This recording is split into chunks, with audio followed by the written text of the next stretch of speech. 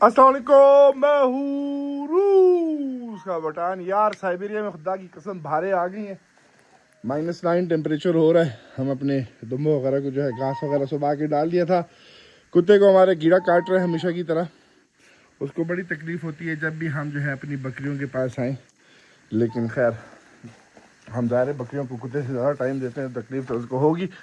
बाकी इस कमरे में जो है हमने अपनी मुर्गियों के लिए जो है वो पिंजरा लगा दिया है, ठीक है। इसके अंदर हमने हीटिंग लैम्प भी रख दिया है। अब थोड़ी देर हम इसको यहाँ पे छोड़ेंगे, देखते हैं कि कितनी गर्माइश जो है ये जनरेट करता है, क्योंकि हमारी जो मुर्गियाँ हैं वो भी तक छोटी हैं, चूज़े हैं, ठीक है। तो इसीलिए उनका हमें ख्याल रखना पड़ेगा।